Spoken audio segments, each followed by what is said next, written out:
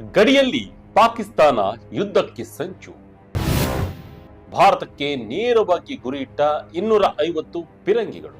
ವೀಕ್ಷಕರೇ, ಭಾರತದ ಗುಪ್ತಚರ ಇಲಾಖೆ ಅತ್ಯಂತ ಡೇಂಜರ್ ಸುದ್ದಿಯನ್ನ ಹೊರಹಾಕಿದೆ. ಅದು ಪಾಕಿಸ್ತಾನದಿಂದ ಭಾರತಕ್ಕಿರುವ ಅಪಾಯದ ಬಗ್ಗೆ. ಚೀನಾ ಕೂಡ ಪಾಕಿಸ್ತಾನದ ಜೊತೆ ಸೇರಿಕೊಂಡು ಭಾರತದ ವಿರುದ್ಧ ದೊಡ್ಡ ಸಂಚನ್ನ ಮಾಡಿವೆ. ಎಸ್, ಭಾರತದ ಗಡಿಯಲ್ಲಿ ಮತ್ತೊಮ್ಮೆ ದೊಡ್ಡ ಮಟ್ಟದ ಯುದ್ಧದ ಮುನ್ಸೂಚನೆ ಸಿಗ್ತಾ ಇದೆಯಾ? ಭಾರತದ ವಿರುದ್ಧ ಪಾಕಿಸ್ತಾನ ಮತ್ತು ಚೀನಾ ಸೇರಿ ಮತ್ತೊಂದು ಅಪಾಯಕಾರಿ ಚಕ್ರವ್ಯೂಹವನ್ನ ಹೆಣೆದಿದೆಯಾ?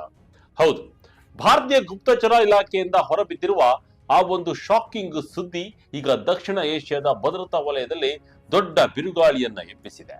ಪಾಕಿಸ್ತಾನವು ತನ್ನ ಇಡೀ ಪೂರ್ವ ಗಡಿಯಲ್ಲಿ, ಅಂದರೆ ಭಾರತೀಯ ಗಡಿಯನ್ನ ಗುರಿಯಾಗಿಸಿಕೊಂಡು ಒಂದಲ್ಲ ಎರಡಲ್ಲ ಬರೋಬ್ಬರಿ 250 ಚೀನಾ ನಿರ್ಮಿತ SH-15 ಅತ್ಯಾಧುನಿಕ ಫಿರಂಗಿಗಳ ಸಿಸ್ಟಮ್ಗಳನ್ನು ನಿಯೋಜಿಸಿದೆ. ಅಂದ್ರೆ ಗಡಿಯಲ್ಲಿ ರೆಡಿ ಇಟ್ಟಿದೆ. ಈ ಫಿರಂಗಿಗಳು ಬರೀ ಸಾಮಾನ್ಯ ಫಿರಂಗಿಗಳಲ್ಲ. 72 ಕಿಲೋಮೀಟರ್ ದೂರದಲ್ಲಿರುವ ಶತ್ರುಗಳ ತಾಣವನ್ನ ಕಣ್ಣಿಟ್ಟು ಧ್ವಂಸ ಮಾಡುವ ಸಾಮರ್ಥ್ಯ ಹೊಂದಿರುವ ಚೀನಾದ ಮಹಾಶಕ್ತಿಶಾಲಿ ಅಸ್ತ್ರಗಳು. ಭಾರತದ ವಿರುದ್ಧ ಯುದ್ಧ ಸಾರಲು ಪಾಕಿಸ್ತಾನ ಈಗ ಚೀನಾದ ಕೈ ಕಾಲು ಹಿಡಿದು ಈ ಹೊಸ ಅಸ್ತ್ರಗಳನ್ನ ಪಡೆದುಕೊಂಡಿದೆ. ಹಾಗಾದ್ರೆ ಈ 250 ಚೀನಿ ಫಿರಂಗಿಗಳ ನಿಯೋಜನೆಯಿಂದ ಭಾರತಕ್ಕಿರುವ ಆತಂಕವೇನು? ಪಾಕಿಸ್ತಾನದ ಈ ಹೊಸ ಹೆಜ್ಜೆಯ ಹಿಂದಿರುವ ಚೀನಾದ ಕುತಂತ್ರವೇನು? ಭಾರತದ ಬಳಿ ಇದಕ್ಕೆ ಸೂಕ್ತ ಉತ್ತರ ಇದೆಯಾ? ಪಾಕಿಸ್ತಾನ ಯುದ್ಧ ಸಾರುತ್ತಾ? ಈ ವಿಡಿಯೋದಲ್ಲಿ ಪ್ರತಿಯೊಂದು ವಿವರವನ್ನ ಹಂತ ಹಂತವಾಗಿ ತಿಳಿದುಕೊಳ್ಳೋಣ. ವಿಡಿಯೋವನ್ನ ಎಲ್ಲೂ ಸ್ಕಿಪ್ ಮಾಡದೆ ಕೊನೆವರೆಗೂ ನೋಡಿ. ಏನಿದು SH-15 ಫಿರಂಗಿ? ಪಾಕ್ನ ಹೊಸ ಅಸ್ತ್ರದ ಶಕ್ತಿ ಎಷ್ಟು? ವೀಕ್ಷಕರೇ, ಮೊದಲನೇದಾಗಿ ಪಾಕಿಸ್ತಾನದ ಗಡಿಯಲ್ಲಿ ನೆಲೆಸಿರುವ ಈ SH-15 ಹಾವಿಟ್ಜರ್ ಎಂದರೇನು ಎಂಬುದನ್ನ ಅರ್ಥ ಮಾಡಿಕೊಳ್ಳೋಣ. ಇದನ್ನು ಚೀನಾದ ಸರ್ಕಾರಿ ಸ್ವಾಮ್ಯದ ಪ್ರಸಿದ್ಧ ನೋರಿಂಕೋ ಕಂಪನಿ ತಯಾರಿಸಿದೆ.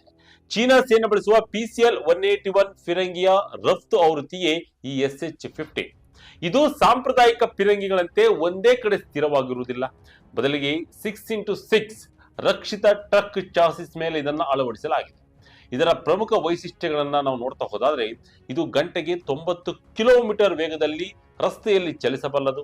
ಅಂದರೆ ಕಠಿಣ ಪರ್ವತ ಶ್ರೇಣಿಗಳು, ಮರುಭೂಮಿ ಅಥವಾ ಗಡಿ ಪ್ರದೇಶಗಳಲ್ಲಿ ಅತ್ಯಂತ ವೇಗವಾಗಿ ಒಂದೆಡೆಯಿಂದ ಇನ್ನೊಂದೆಡೆಗೆ ಸಾಗಬಹುದು. ಸಾಮಾನ್ಯ ನ್ಯಾಟೋ ಮಾದರಿಯ 155 mm ಮದ್ದುಗುಂಡುಗಳನ್ನು ಬಳಸಿ 30 ರಿಂದ 40 ಕಿಲೋಮೀಟರ್ ದೂರದ ಗುರಿಯನ್ನ ತಲುಪಬಹುದು. ಆದರೆ ರಾಕೆಟ್ ಅಸಿಸ್ಟೆಡ್ VLAP ಪ್ರೊಜೆಕ್ಟೈಲ್ ಗಳನ್ನ ಬಳಸಿದ್ರೆ ಇದು ಬರೋಬ್ಬರಿ 53 ರಿಂದ 72 ಕಿಲೋಮೀಟರ್ ದೂರದಲ್ಲಿರುವ ಭಾರತೀಯ ಮಿಲಿಟರಿ ನೆಲೆಗಳನ್ನ ತಲುಪಬಲ್ಲದು. ಇದರಲ್ಲಿ ಹೈಡ್ರಾಲಿಕ್ ಸ್ಟೇಬಿಲೈಸಿಂಗ್ ವ್ಯವಸ್ಥೆ ಮತ್ತು ಸ್ವಯಂಚಾಲಿತ ಫೈರ್ ಕಂಟ್ರೋಲ್ ಸಿಸ್ಟಮ್ ಇದೆ. ಅಂದರೆ ನಿಮಿಷಕ್ಕೆ 6 ರೌಂಡ್ಗಳಂತೆ ವೇಗವಾಗಿ ಗುಂಡು ಹಾರಿಸಿ ಶತ್ರುಗಳು ವಾಪಸ್ ದಾಳಿ ಮಾಡುವಷ್ಟರಲ್ಲಿ ಜಾಗವನ್ನ ಖಾಲಿ ಮಾಡುವುದು. 250 ಸಿಸ್ಟಮ್ಗಳೆಂದರೆ ಸಣ್ಣ ಮಾತಲ್ಲ. ಇದು ಪಾಕಿಸ್ತಾನ ಸೇನೆಯ ಹಲವು ಆರ್ಟಿಲರಿ ರೆಜಿಮೆಂಟ್ಗಳನ್ನ ಸಂಪೂರ್ಣವಾಗಿ ಆಧುನೀಕರಣಗೊಳಿಸಲು ಸಾಕಾಗುತ್ತೆ. ಚೀನಾ ಪಾಕಿಸ್ತಾನ ಕುತಂತ್ರ, ಟು ಫ್ರಂಟ್ ವಾರ್ ಭೀತಿ. ವೀಕ್ಷಕರೇ, ಈ ಬೆಳವಣಿಗೆಯ ಹಿಂದೆ ಬರೀ ಪಾಕಿಸ್ತಾನವಲ್ಲ, ಚೀನಾದ ದೊಡ್ಡ ಭೌಗೋಳಿಕ ರಾಜಕೀಯ ಕುತಂತ್ರವೂ ಇದೆ. ಇತ್ತೀಚೆಗೆ ರಾವಲ್ಪಿಂಡಿಯ GHQ ನಲ್ಲಿ ಚೀನಾದ ಪೀಪಲ್ಸ್ ಲಿಬರೇಷನ್ ಆರ್ಮಿಯ 99ನೇ ಸಂಸ್ಥಾಪನಾ ದಿನಾಚರಣೆಯನ್ನ ಪಾಕಿಸ್ತಾನ ವಿಜೃಂಭಣೆಯಿಂದ ಆಚರಿಸಿತು. ಈ ಕಾರ್ಯಕ್ರಮದಲ್ಲಿ ಮಾತನಾಡಿದ ಪಾಕಿಸ್ತಾನದ ಸೇನಾ ಮುಖ್ಯಸ್ಥ field marshal Asim Munir, China ಮತ್ತು ಪಾಕಿಸ್ತಾನದ ಬಾಂಧವ್ಯವು ಕಾಲಕ್ಕೆ ತಕ್ಕಂತೆ ಗಟ್ಟಿಯಾದ ಅಚಲವಾದದ್ದು ಎಂದು ಹೊಗಳಿದರು.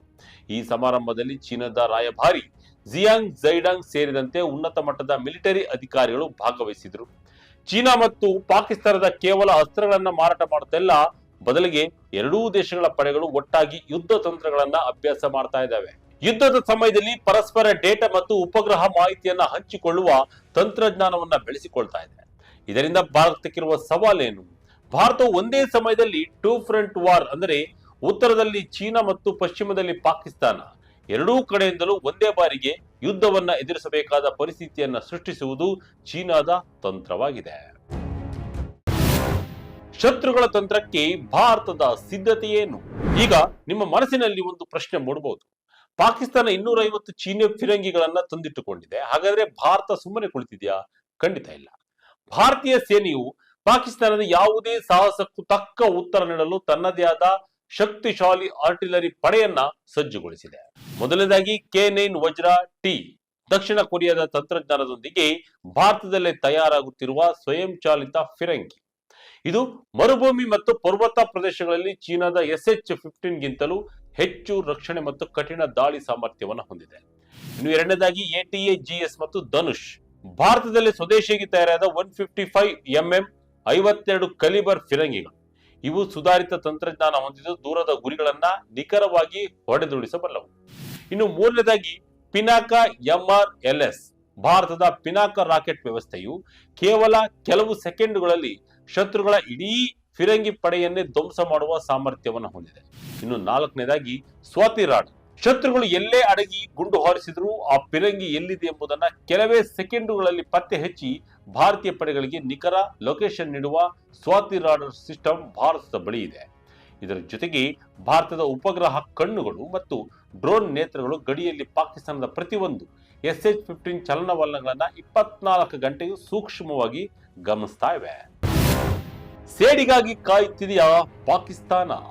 ವೀಕ್ಷಕರೇ, ಪಾಕಿಸ್ತಾನ ದಿಢೀರನೆ ಇಷ್ಟೊಂದು ದೊಡ್ಡ ಪ್ರಮಾಣದ ಫಿರಂಗಿಗಳನ್ನ ಗಡಿಯಲ್ಲಿ ನಿಲ್ಲಿಸಲು ಮುಖ್ಯ ಕಾರಣ ಮೇ 2025 ನಡೆದ ಆಪರೇಷನ್ ಸಿಂಧೂರ್. ಗಡಿಯಾಚೆಗಿಂದ ಭಾರತದೊಳಗೆ ನಿರಂತರವಾಗಿ ನಡೆಯುತ್ತಿದ್ದ ಭಯೋತ್ಪಾದನಾ ಚಟುವಟಿಕೆಗಳಿಗೆ ಪೂರ್ಣ ವಿರಾಮವನ್ನ ಇಡಲು ಭಾರತದ ಭೂಸೇನೆ, ನೌಕಾಸೇನೆ ಮತ್ತು ವಾಯುಸೇನೆ ಪಡೆಗಳು ಸೇರಿ ನಡೆಸಿದ ಭರ್ಜರಿ ಕಾರ್ಯಾಚರಣೆಯೇ ಆಪರೇಷನ್ ಸಿಂಧೂರ್. ಈ ದಾಳಿಯಲ್ಲಿ ಭಾರತದ ಪಡೆಗಳು ಪಾಕ್ ಆಕ್ರಮಿತ ಕಾಶ್ಮೀರ ಹಾಗೂ ಪಾಕಿಸ್ತಾನದ ಆಂತರಿಕ ಪ್ರದೇಶಗಳಲ್ಲಿದ್ದ ಉಗ್ರರ ತರಬೇತಿ ಶಿಬಿರಗಳನ್ನ ನಿಖರ ಕ್ಷಿಪಣಿಗಳಿಂದ ಧ್ವಂಸಗೊಳಿಸಿದ್ದವು. ಈ ಕಾರ್ಯಾಚರಣೆಯ ಪಾಕಿಸ್ತಾನದ ಸಾಂಪ್ರದಾಯಿಕ ರಕ್ಷಣಾ ವ್ಯವಸ್ಥೆಯಲ್ಲಿದ್ದ ದೊಡ್ಡ ಲೋಪವನ್ನ ಎತ್ತಿ ತೋರಿಸಿತ್ತು. ಭಾರತದ ಲಾಂಗ್ ರೇಂಜ್ ಆರ್ಟಿಲರಿ ಮತ್ತು ಪ್ರಿಸಿಷನ್ ಸ್ಟ್ರೈಕ್ ಸಾಮರ್ಥ್ಯದ ಮುಂದೆ ತಮ್ಮ ಬಳಿ ಸೂಕ್ತ ಪ್ರತ್ಯುತ್ತರ ನೀಡಲು ಸುಧಾರಿತ ಫಿರಂಗಿಗಳಿಲ್ಲ ಎಂಬುದು ಪಾಕಿಸ್ತಾನಕ್ಕೆ ಮನವರಿಕೆಯಾಯಿತು. ಹೀಗಾಗಿ ಆಪರೇಷನ್ ಸಿಂಧೂರ್ ನೀಡಿದ ಆಘಾತದಿಂದ ಚೇತರಿಸಿಕೊಳ್ಳಲು ಮತ್ತು ತನ್ನ ಕಳೆದು ಹೋದ ಆತ್ಮವಿಶ್ವಾಸವನ್ನ ಮರಳಿ ಪಡೆಯಲು ಪಾಕಿಸ್ತಾನವು ಚೀನಾದಿಂದ ಈ SH-15 ಸಿಸ್ಟಮ್ಗಳನ್ನ ತುರ್ತಾಗಿ ತರಿಸಿಕೊಂಡು ಉತ್ತರದಿಂದ ದಕ್ಷಿಣದವರೆಗೆ, ಅಂದರೆ ಕಾಶ್ಮೀರದಿಂದ ಹಿಡಿದು ರಾಜಸ್ಥಾನದ ಗುಜರಾತ್ ಗಡಿಯವರೆಗೂ ಹಂತ ಹಂತವಾಗಿ ನಿಯೋಜಿಸ್ತಾ ಇದೆ. ಆಪರೇಷನ್ ಸಿಂಧೂರ್ ಸೇಡು ತೀರಿಸಿಕೊಳ್ಳಲು ದೊಡ್ಡ ಸಂಚನ್ನ ರೂಪಿಸಿದೆ. ಇತ್ತ ಗಡಿಯಲ್ಲಿ ಚೀನಾವು J-20 ಜೆಟ್ ನಿಯೋಜನೆ. ಹೌದು ವೀಕ್ಷಕರೇ, ಒಂದು ಕಡೆ ಪಾಕಿಸ್ತಾನ ಆದ್ರೆ ಮತ್ತೊಂದು ಕಡೆ ಚೀನಾ ಕೂಡ ಅಪಾಯಕಾರಿ J-20 ಜೆಟ್ ಗಳನ್ನ ನಿಯೋಜನೆ ಮಾಡಿದೆ. ಅತ್ಯಾಧುನಿಕ ರೇಡರ್ಗಳ ಕಣ್ಣಿಗೂ ಸಿಗದ ಜಗತ್ತಿನ ಅತ್ಯಂತ ಸುಧಾರಿತ 5ನೇ ತಲೆಮಾರಿನ J-20 ಮೈಟಿ ಡ್ರ್ಯಾಗನ್ ಸ್ಟೆಲ್ತ್ ಯುದ್ಧ ವಿಮಾನಗಳನ್ನ ಚೀನಾ ಭಾರತದ ಗಡಿಯ ಮುಂಭಾಗದಲ್ಲಿ ತಂದು ನಿಲ್ಲಿಸಿದೆ. ವ್ಯಾಂಟರ್ ಸಂಸ್ಥೆಯ ಜಾಗತಿಕ ಸ್ಯಾಟಲೈಟ್ ಚಿತ್ರಗಳು ಈ ಸ್ಫೋಟಕ ಸತ್ಯವನ್ನ ಬಹಿರಂಗಪಡಿಸಿವೆ. ಲಡಾಖ್ನ ದೌಲತ್ ಬೇಗ್ ಓಲ್ಡಿಗೆ ಹತ್ತಿರವಿರುವ ಹೋಟನ್ ವಾಯುನೆಲೆಯಲ್ಲಿ 7 ಮತ್ತು ತವಾಂಗ್ ಸಮೀಪದ ದಮ್ಸುಕ್ ವಾಯುನೆಲೆಯಲ್ಲಿ 4 ಸೇರಿದಂತೆ ಬರೋಬ್ಬರಿ 11 J-20 ವಿಮಾನಗಳನ್ನ ಯುದ್ಧ ಸನ್ನದ್ಧ ಸ್ಥಿತಿಯಲ್ಲಿ ಚೀನಾ ನಿಯೋಜಿಸಿದೆ. ಇಲ್ಲಿ ಆತಂಕಕಾರಿ ವಿಷಯ ಏನಂದ್ರೆ, ಭಾರತದ ಬಳಿ ಸದ್ಯಕ್ಕೆ ಒಂದೇ ಒಂದು 5ನೇ ತಲೆಮಾರಿನ ಸ್ಟೆಲ್ತ್ ಯುದ್ಧ ವಿಮಾನವೂ ಇಲ್ಲ. ನಮ್ಮಲ್ಲಿರುವ ರಫೇಲ್ ವಿಮಾನಗಳು 4.5 ತಲೆಮಾರಿನದಾಗಿದ್ದು ಇವು ರೇಡರ್ಗೆ ಗೋಚರಿಸುತ್ತವೆ. ಆದರೆ ಚೀನಾದ J-20 ಸಂಪೂರ್ಣ ಸ್ಟೆಲ್ತ್ ತಂತ್ರಜ್ಞಾನ ಹೊಂದಿದ್ದು ರೇಡರ್ ಕಣ್ಣಿಗೆ ಪುಟ್ಟ ಹಕ್ಕಿಯಂತೆ ಕಾಣಿಸ್ತದೆ. ಚೀನಾ ಪ್ರಸ್ತುತ ವರ್ಷಕ್ಕೆ 120ಕ್ಕೂ ಹೆಚ್ಚು J-20 ವಿಮಾನಗಳನ್ನ ಉತ್ಪಾದನೆ ಮಾಡ್ತಾ ಇದ್ದು ಅದರ ಬಳಿ ಈಗಾಗಲೇ 300ಕ್ಕೂ ಹೆಚ್ಚು ಇಂತಹ ಬೃಹತ್ ವಿಮಾನಗಳ ಪಡೆಯೇ ಇದೆ. ಭಾರತದ ಸ್ವದೇಶಿ AMCA ಯೋಜನೆ ಪೂರ್ಣಗೊಳ್ಳಲು ಕನಿಷ್ಠ 10 ವರ್ಷ ಬೇಕು. ಭಾರತ ತಕ್ಷಣವೇ ಎಚ್ಚೆತ್ತುಕೊಳ್ಳದಿದ್ರೆ ಭವಿಷ್ಯದಲ್ಲಿ ದಾರಿ ಆಪತ್ತು ಎದುರಾಗುವುದು ಖಂಡಿತ ಎಂದು ತಜ್ಞರು ಕೂಡ ಎಚ್ಚರಿಸಿದ್ದಾರೆ.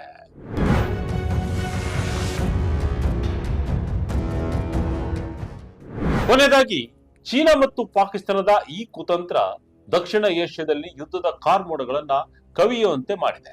ಗಡಿಯಲ್ಲಿ 250 ಚೀನಿ ಫಿರಂಗಿಗಳ ನಿಯೋಜನೆಯು ಅಪಾಯದ ಕರೆಗಂಟೆಯಾದರು. ಭಾರತೀಯ ಸೇನೆಯ K9 ವಜ್ರ ಮತ್ತು ಪಿನಾಕ ಅಸ್ತ್ರಗಳೊಂದಿಗೆ ಶತ್ರುಗಳ ಎದೆನಡಿಗಿಸಲು ಸನ್ನದ್ಧವಾಗಿದೆ.